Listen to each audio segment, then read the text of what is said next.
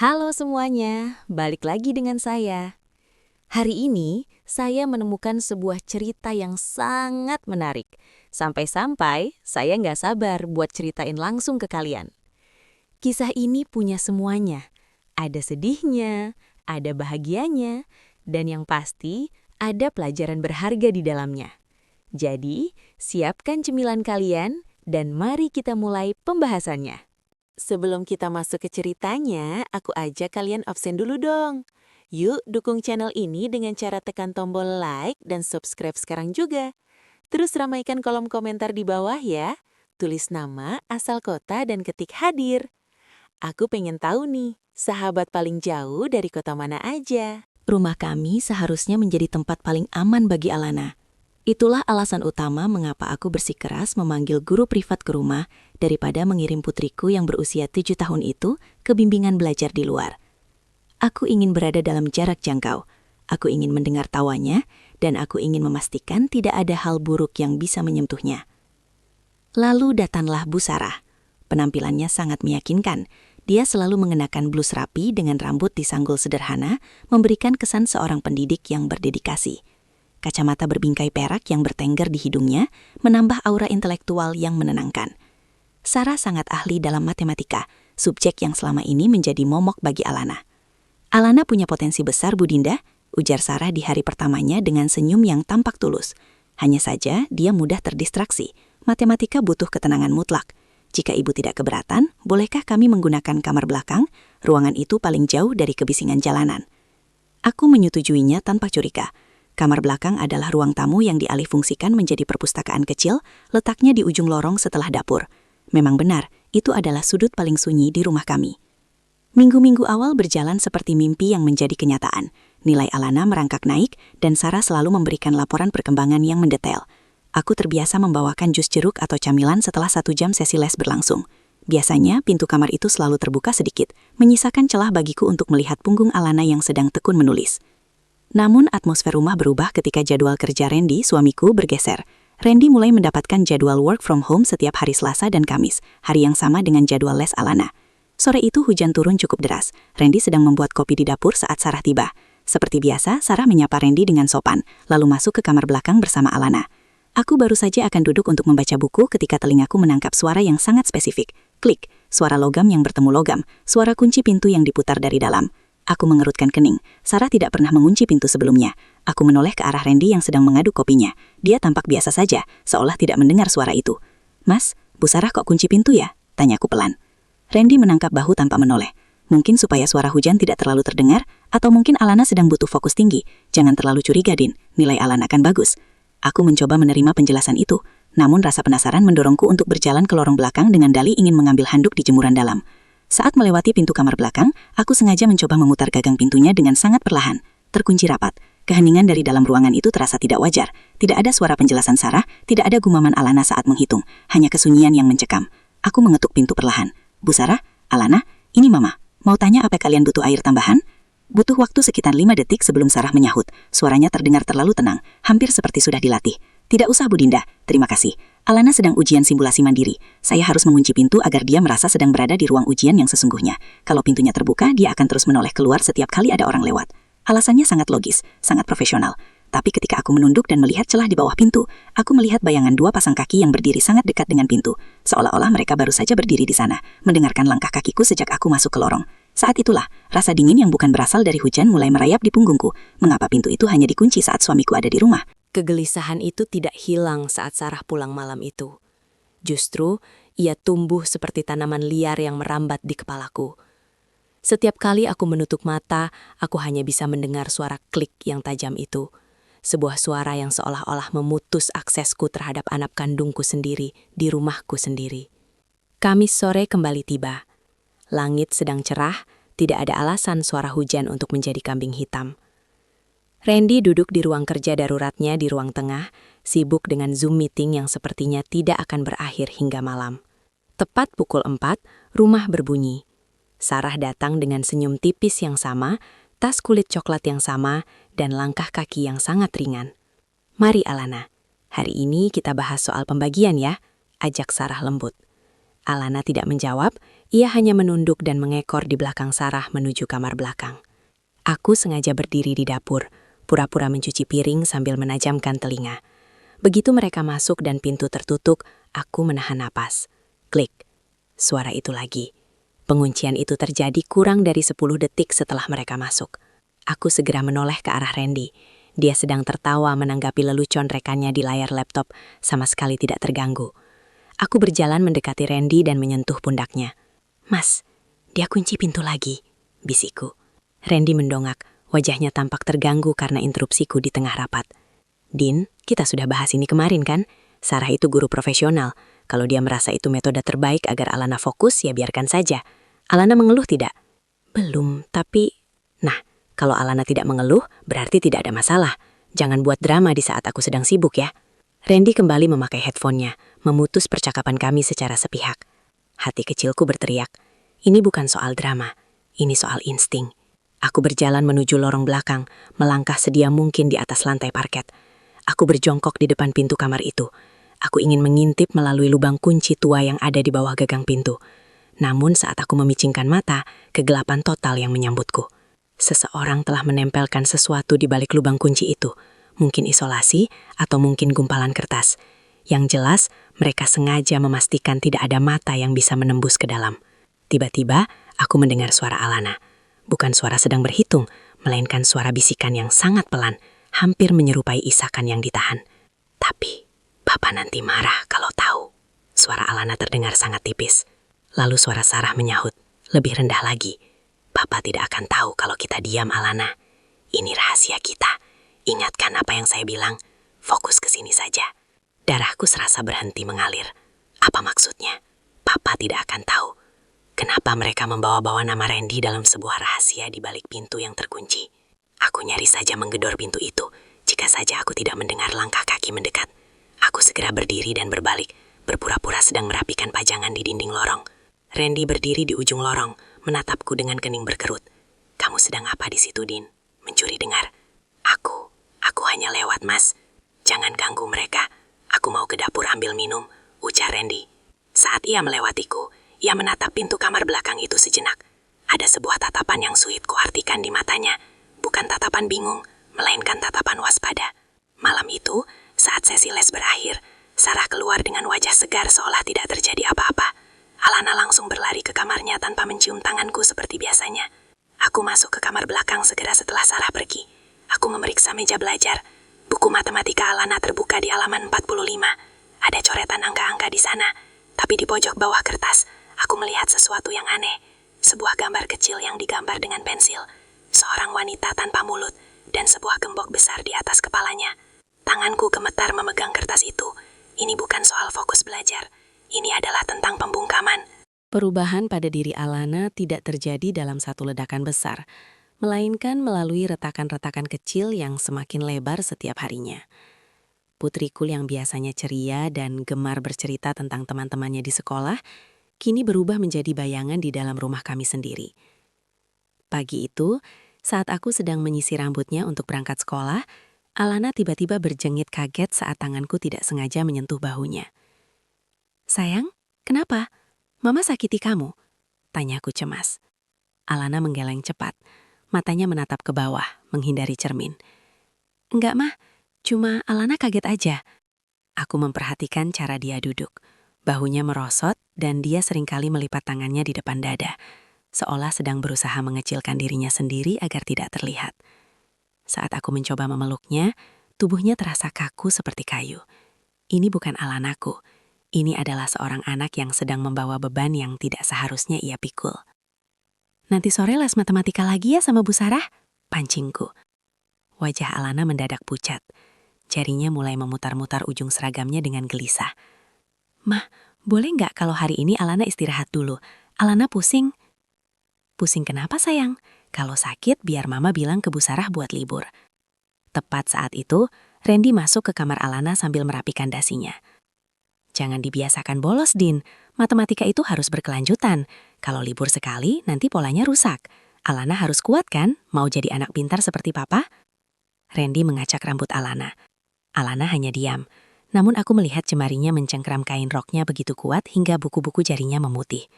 Ada ketakutan yang murni di matanya saat melihat ayahnya. Bukan ketakutan karena benci, tapi ketakutan yang tampak seperti rasa bersalah. Sore harinya Sarah datang kembali. Kali ini ia membawa sebuah kotak kecil berwarna perak. Ini hadiah untuk Alana karena nilainya bagus kemarin, ujar Sarah dengan suara lembut yang kini terdengar seperti desisan bagiku. Aku mencoba mencegatnya di depan pintu lorong. Bu Sarah, boleh saya ikut duduk di dalam sebentar? Saya ingin tahu metode apa yang ibu gunakan sampai Alana bisa secepat ini paham perkalian. Langkah Sarah terhenti. Ia menoleh perlahan, kacamata peraknya berkilat memantulkan cahaya lampu ruang tengah. Tentu boleh Bu Dinda, tapi biasanya kehadiran orang tua di dalam ruangan bisa merusak kontrak psikologis yang saya bangun dengan anak. Alana mungkin akan lebih banyak melihat ke arah ibu daripada ke buku. Apa ibu yakin ingin mengambil resiko itu? Kalimatnya adalah ancaman halus yang dibungkus dengan profesionalisme.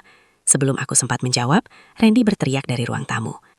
Dinda, biarkan saja mereka belajar. Sini sebentar, bantu aku cari file kontrak di meja kerja. Aku terpaksa berbalik, dan saat aku melangkah pergi, aku mendengar suara itu lagi. Klik. Suara kunci itu kini terasa seperti tamparan. Aku tidak membantu Randy mencari file, aku masuk ke dapur, mengambil gelas dan sengaja menjatuhkannya ke lantai hingga pecah berkeping-keping. Suara denting kaca yang keras itu seharusnya membuat siapapun di kamar belakang terkejut dan keluar. Randy berlari ke dapur. Dinda, kamu kenapa? Hati-hati. Tapi dari kamar belakang, tidak ada suara. Tidak ada pintu yang terbuka untuk sekedar memastikan keadaan. Kamar itu tetap terkunci rapat, seolah-olah apa yang terjadi di dalam sana jauh lebih penting daripada suara kecelakaan di luar. Aku berjongkok membersihkan pecahan kaca, air mata mulai mengenang. Aku menatap Randy yang sedang membantuku. Mas, mereka bahkan tidak keluar saat ada suara kaca pecah.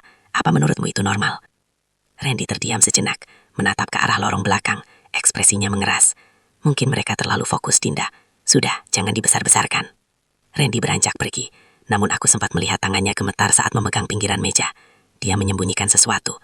Dia tidak hanya sekedar membela Sarah, dia takut pada apa yang mungkin aku temukan jika aku terus menggali.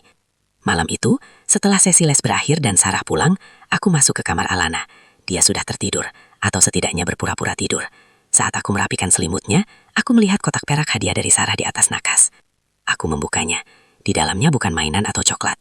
Hanya ada sebuah kunci kecil berwarna emas yang tergantung pada rantai kalung dan selembar kertas kecil bertuliskan. Kunci ini hanya untuk pintu yang benar. Jangan biarkan Mama menemukannya. Jantungku serasa berhenti. Sarah bukan hanya mengunci pintu kamar belakang. Dia sedang mencoba mengunci mulut anakku. Malam itu, setelah menemukan pesan rahasia di dalam kotak perak tersebut, aku tidak bisa tidur. Aku berbaring di samping Randy, mendengarkan deru napasnya yang teratur, namun pikiranku berkecamuk. Kalung kunci emas itu kini kusembunyikan di dalam laci riasku, tertimbun di bawah tumpukan shell. Aku melirik ponsel Randy yang tergeletak di atas nakas. Cahaya notifikasi berwarna biru berkedip sesekali.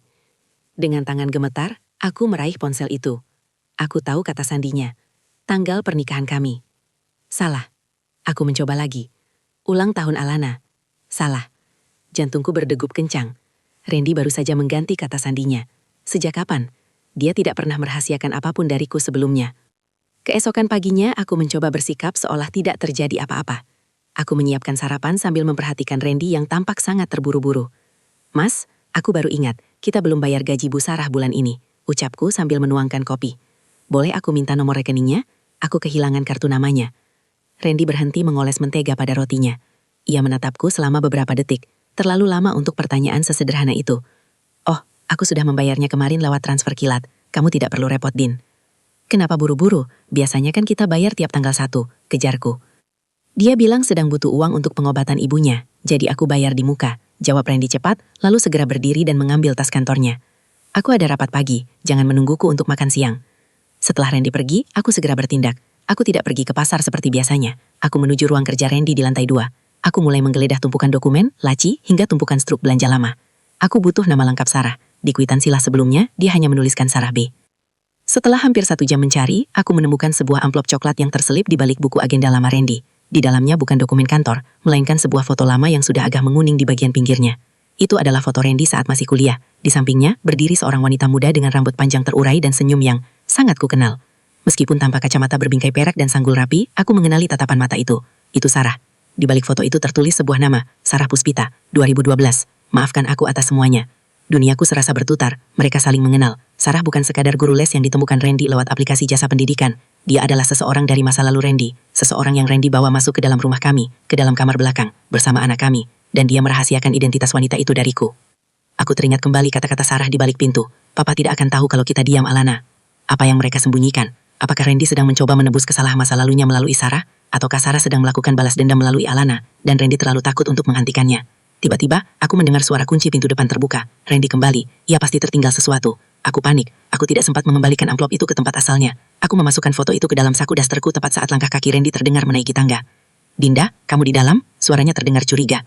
Aku berdiri mematung di tengah ruangan. Tanganku mencengkram kain daster di sakuku. Pintu ruang kerja terbuka, dan Randy berdiri di sana dengan wajah yang tidak pernah kulihat sebelumnya. Dingin, waspada, dan tajam. Apa yang sedang kamu cari di ruanganku, Dinda? Tanyanya dengan nada yang sangat rendah. Aku cuma cari gunting, Mas. Jawabku terbata. Randy berjalan mendekat, matanya tertuju pada sakuku yang tampak menonjol karena amplop itu. Gunting tidak ada di dalam amplop coklat, kan? Ketegangan di ruang kerja itu hampir bisa diraba. Randy berdiri tepat di depanku. Tangannya terulur meminta amplop yang kusembunyikan di saku daster. Aku bisa merasakan keringat dingin mengucur di punggungku. Foto Sarah di masa lalu seolah membakar kulit pahaku melalui kain tipis ini. Berikan padaku, Din. Perintahnya sekali lagi. Siapa dia, Mas? Tanyaku. Suaraku bergetar namun aku menolak mundur. Sarah Puspita, tahun 2012. Kenapa kamu bawa mantan pacarmu masuk ke rumah ini sebagai guru anak kita? Randy tertegun sejenak. Rahangnya mengeras. Lalu ia menarik nafas panjang dan menurunkan tangannya. Dia bukan mantan pacarku, Dinda. Dia adik dari teman kuliahku yang sudah meninggal. Aku merasa berhutang budi pada keluarganya. Dia butuh pekerjaan, dan dia memang pintar.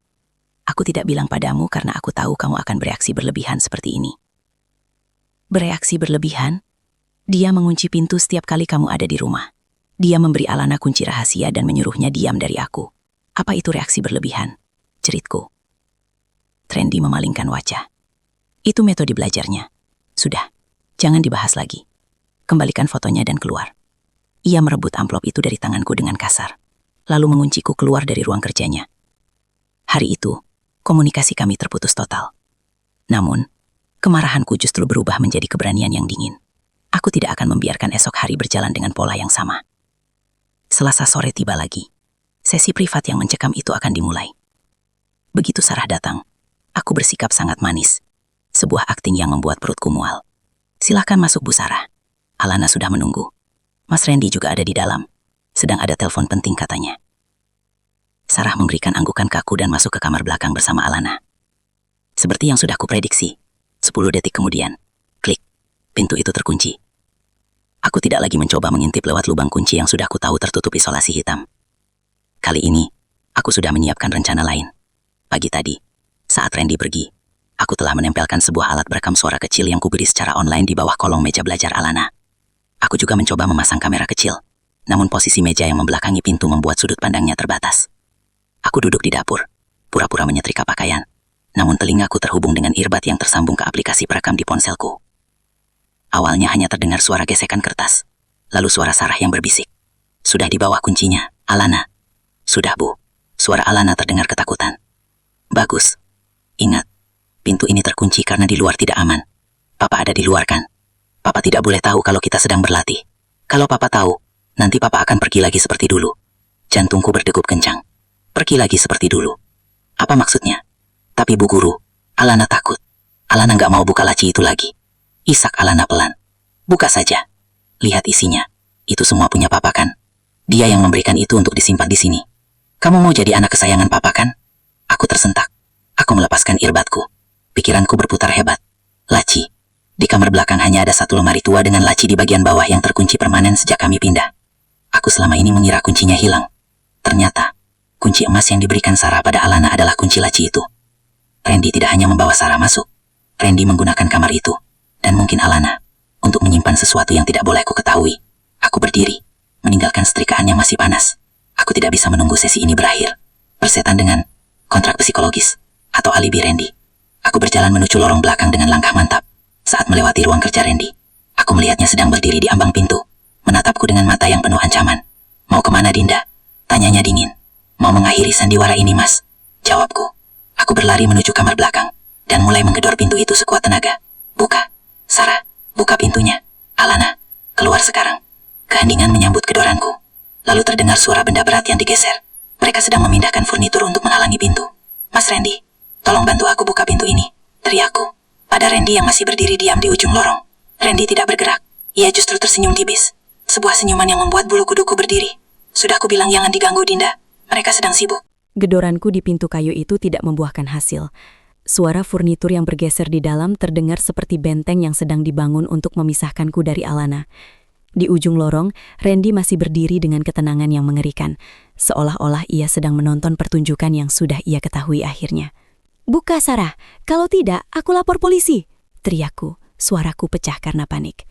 Tiba-tiba, suara isakan Alana berhenti. Keheningan total kembali meraja. Detik berikutnya, gagang pintu bergerak. Kunci diputar. Pintu terbuka perlahan, memperlihatkan wajah Sarah yang masih sangat tenang, nyaris tanpa emosi. Di belakangnya, Alana duduk di kursi belajar dengan mata sembab dan kepala tertunduk. "Ibu Dinda, saya sangat kecewa," ucap Sarah pelan. Alana baru saja mulai terbuka tentang kesulitannya, dan ibu menghancurkan momen itu dengan histeria. "Saya rasa sesi hari ini cukup sampai di sini." Sarah meraih tasnya, melewati tubuhku seolah-olah aku hanya udara kosong. Randy menghampirinya di ruang tamu, membisikkan sesuatu yang tidak bisa kudengar, lalu mengantarnya sampai ke pintu depan. Begitu Sarah pergi, aku segera berlari ke arah Alana. "Sayang, apa yang dia lakukan? Apa yang ada di laci itu?" Alana tidak menjawab, ia hanya menatapku dengan tatapan kosong. Lalu tangannya yang kecil meraba lehernya, mencari kalung kunci emas itu. Namun kalungnya sudah tidak ada. Sarah pasti telah mengambilnya kembali sebelum membuka pintu.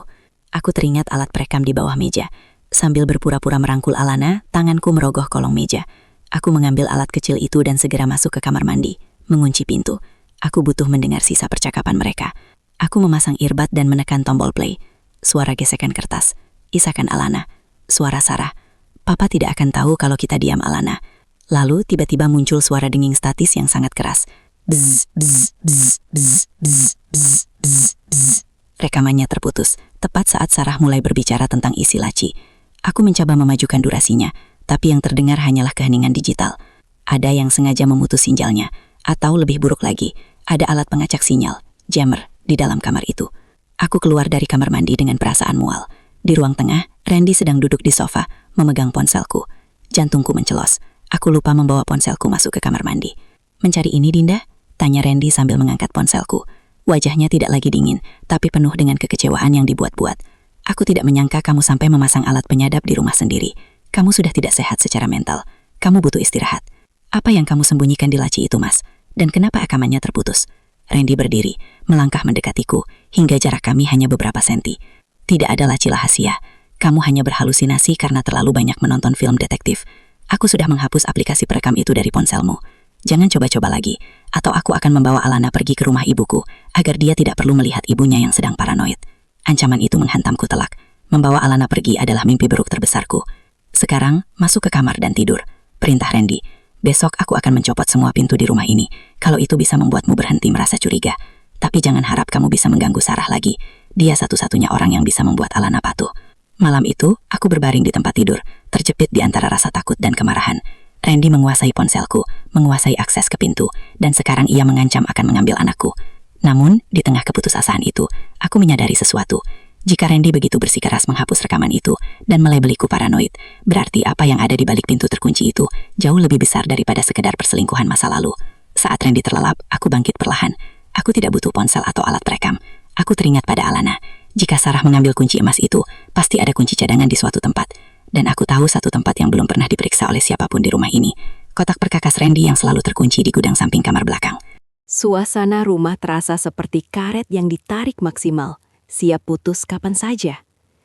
Randy mengawasi setiap gerak-geriku dengan tatapan yang tajam, bahkan saat aku hanya berpindah dari dapur ke ruang makan. Ponselku masih berada di tangannya. Katanya, disita untuk sementara agar aku tidak melakukan hal-hal konyol lagi. Pagi itu, saat Randy sedang mandi, aku melihat tas sekolah Alana tergeletak di kursi ruang makan. Alana sendiri sedang lesu menghabiskan sereal di depannya. Matanya merah, tanda ia tidak tidur nyenyak. "Sayang," bisikku sambil pura-pura merapikan isi tasnya. "Apa Bu Sarah benar-benar ambil kuncinya semalam?" Alana hanya mengangguk pelan, lalu berbisik hampir tak terdengar. "Ada yang ketinggalan di buku gambar, Ma. Jangan kasih tahu papa. Jantungku berdebar kencang. Aku segera merogoh bagian paling dalam tas Alana, menyelipkannya di balik tumpukan buku tema, dan menemukan sebuah buku gambar yang ujungnya terlipat. Aku tidak membukanya di sana. Aku membawanya ke gudang cuci, tempat satu-satunya yang tidak menarik perhatian Randy. Aku membuka halaman yang ditandai Alana. Di sana tidak ada gambar bunga atau pemandangan. Alana telah menyalin sederet angka dan kode yang tampaknya diambil dari laci di kamar belakang. Angka-angka itu ditulis dengan tangan yang gemetar. 74, 12, 09. Pas, Sarah. Dan di bawahnya ada sebuah gambar yang membuat napas pelatuku terhenti. Sebuah botol kecil dengan simbol tengkorak dan sebuah jarum suntik. Ya Tuhan, bisikku. Ini bukan soal perselingkuhan.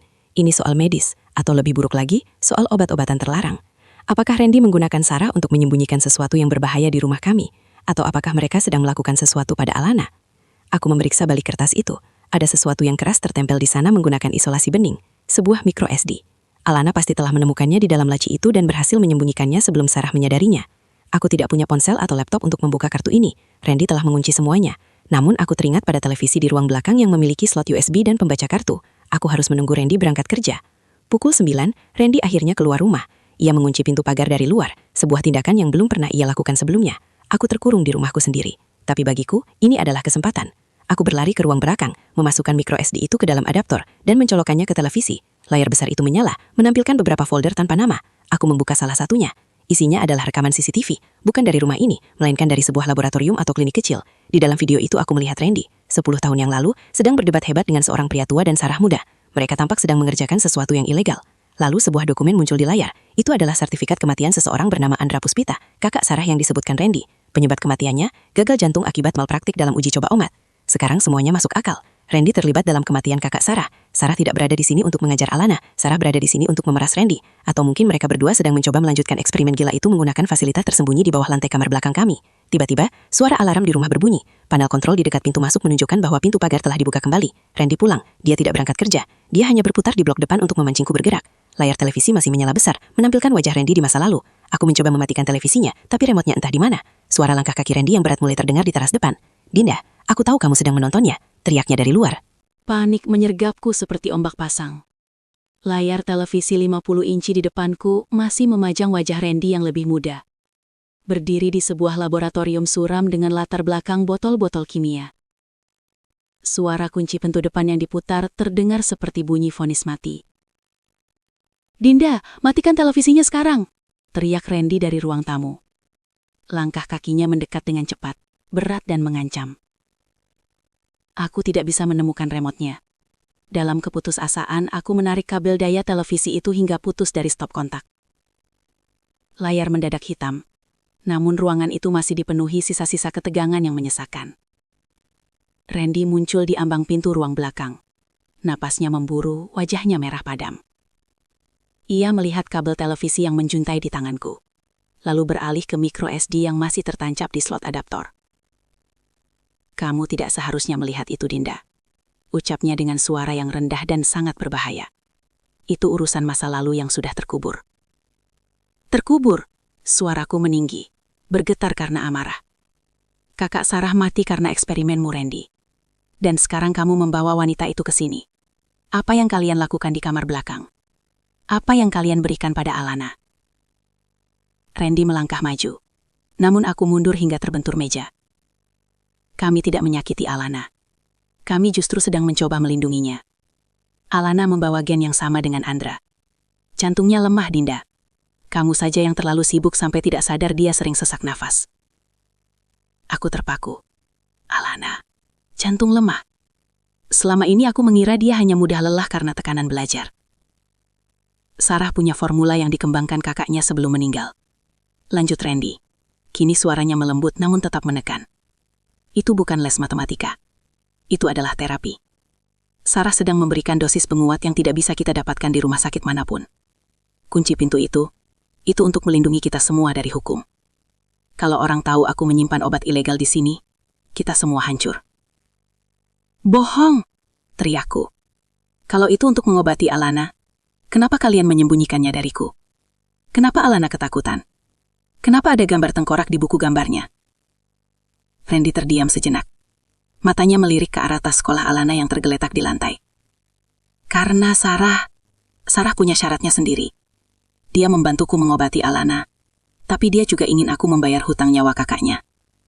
Tiba-tiba, dari arah kamar belakang, terdengar suara benda jatuh yang sangat keras, disusul oleh jeritan tertahan Alana. Kami berdua tersentak. Aku tidak memedulikan Randy lagi. Aku berlari menuju lorong belakang. Pintu kamar itu tertutup.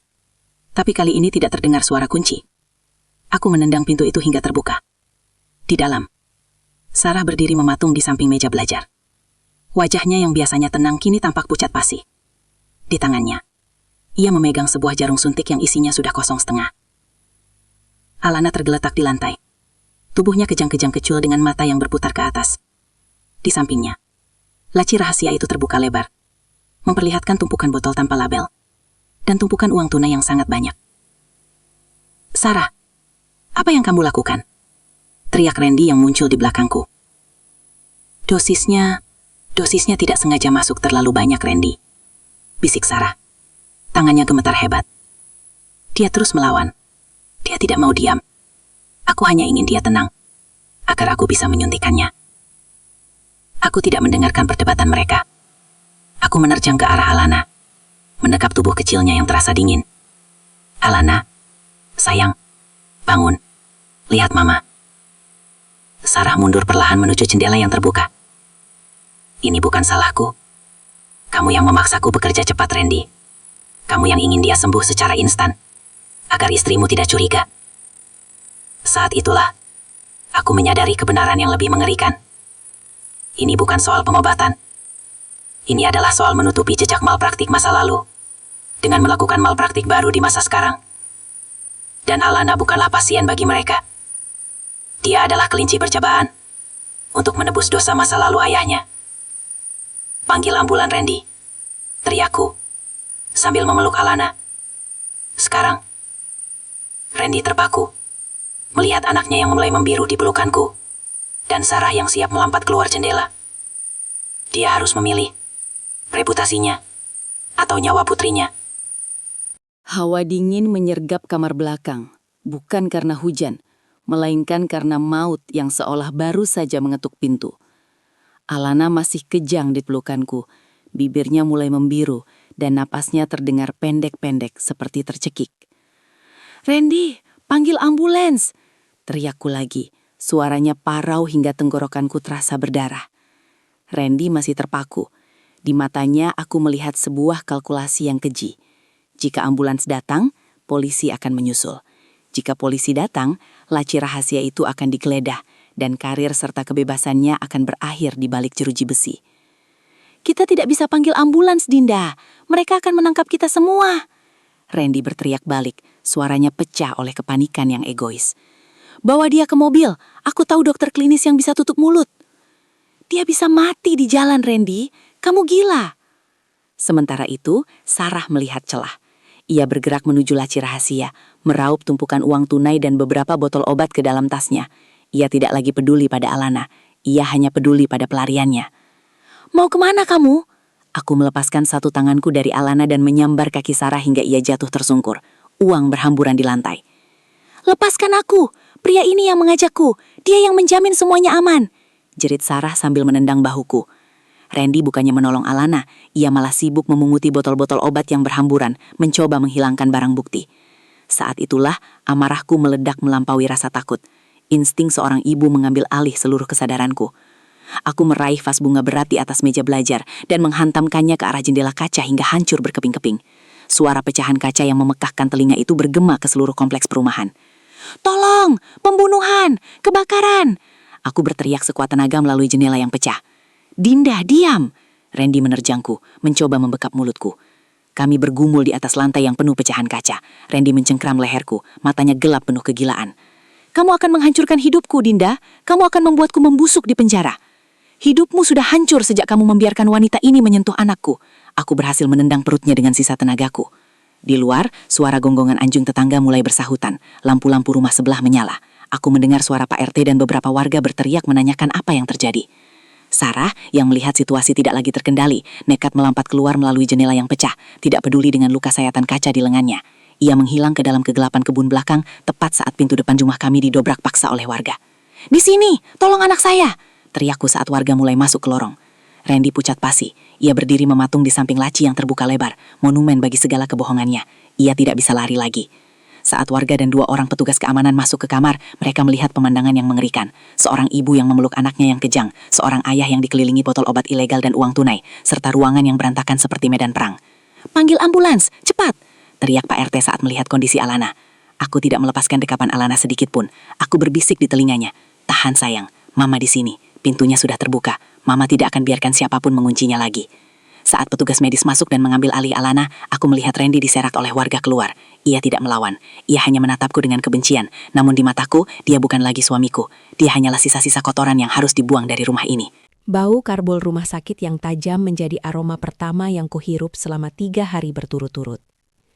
Di ruangan ICU yang dingin ini, satu-satunya musik yang terdengar adalah bunyi pip dari monitor jantung yang terhubung ke tubuh mungil Alana. Setiap detak di layar itu adalah sebuah kemenangan kecil bagiku. Dokter mengatakan bahwa Alana sangat beruntung. Dosis cairan yang disuntikan Sarah adalah stimulan jantung eksperimental yang belum teruji. Jika terlambat 10 menit saja, jantung Alana bisa meledak karena ritme yang terlalu cepat. "Mama," suara itu sangat tipis, nyaris seperti gesekan sayap kupu-kupu. Aku segera menggenggam tangannya yang kecil. "Iya sayang, Mama di sini. Kamu sudah aman." Alana menatapku dengan mata yang masih sayu. "Pintunya sudah dibuka, Ma?" "Sudah sayang. Tidak akan ada lagi pintu yang dikunci di rumah kita. Tidak pernah lagi." Berita tentang guru privat kamar belakang menjadi tajuk utama di media lokal selama seminggu. Randy kini mendekam di tahanan Mapolres, menunggu persidangan atas tuduhan malpraktik, penyediaan obat ilegal, dan penganiayaan anak. Investigasi polisi mengungkap bahwa laci rahasia itu bukan hanya berisi obat, tapi juga catatan penelitian ilegal yang telah ia lakukan bersama mendiang kakak Sarah selama bertahun-tahun. Sarah sendiri ditangkap di terminal bus saat mencoba menyeberang ke luar provinsi. Ternyata, dia bukan sekadar korban yang ingin balas dendam. Dia adalah mitra Randy yang selakah, yang menggunakan ancaman masa lalu untuk memeras Randy, sambil terus menjadikan Alana sebagai subjek uji coba formula barunya. 1 bulan kemudian, aku kembali ke rumah itu untuk terakhir kalinya. Pihak kepolisian sudah melepaskan garis kuning yang sempat melintang di depan pagar. Aku berjalan melewati ruang tamu, menyusuri lorong yang dulu terasa mencekam, menuju kamar belakang. Ruangan itu kini kosong. Meja belajar Alana sudah dibawa pergi. Lemari tua dengan laci rahasia itu telah disita sebagai barang bukti. Aku berdiri di ambang pintu, melihat bekas pecahan kaca di jendela yang kini sudah diperbaiki. Tidak ada lagi rasa takut. Yang tersisa hanyalah keheningan yang bersih. Aku mengambil sebuah kotak kardus terakhir yang berisi sisa-sisa barang Randy, beberapa buku dan foto-foto lama. Aku membawanya ke halaman belakang, memasukkannya ke dalam tong pembakaran, dan menyalakan api. Saat api mulai melahap foto Randy dan Sarah di masa lalu, aku merasa sebuah beban besar luruh dari pundakku. Aku telah gagal mengenali serigala di dalam rumahku sendiri untuk waktu yang lama, tapi aku tidak gagal saat anakku paling membutuhkanku. Aku menutupi pintu pagar rumah itu dan menggantungkan papan bertuliskan dijual. Aku tidak ingin lagi tinggal di tempat yang memiliki lorong gelap dan suara kunci yang berputar. Alana menungguku di dalam mobil, duduk di kursi belakang dengan buku mewarnai di tangannya. Kali ini, ia menggambar matahari yang sangat besar dan sebuah rumah tanpa pintu. "Sudah selesai, Ma?" tanyanya saat aku masuk ke kursi pengemudi. "Sudah sayang, kita pergi sekarang." Aku melajukan mobil meninggalkan komplek itu. Hidup kami yang baru tidak akan dimulai dengan rahasia. Tidak akan ada lagi belajar privat di kamar belakang. Mulai sekarang, setiap ruang di hidup kami akan diterangi oleh cahaya kebenaran, seberapa pahit pun itu. Karena aku baru menyadari, rumah yang paling aman bukanlah yang pintunya paling banyak dikunci, melainkan rumah di mana tidak ada satupun hal yang perlu disembunyikan di balik pintu. Oke, itu dia pembahasan kita hari ini. Gimana? Cukup bikin geleng-geleng kepala, kan? Saya harap kalian dapat sesuatu dari video ini, atau minimal bisa nemenin waktu luang kalian. Jangan lupa subscribe kalau kalian nggak mau ketinggalan cerita-cerita menarik berikutnya yang bakal saya bahas. Makasih udah mampir di channel ini. Sampai jumpa lagi di video berikutnya.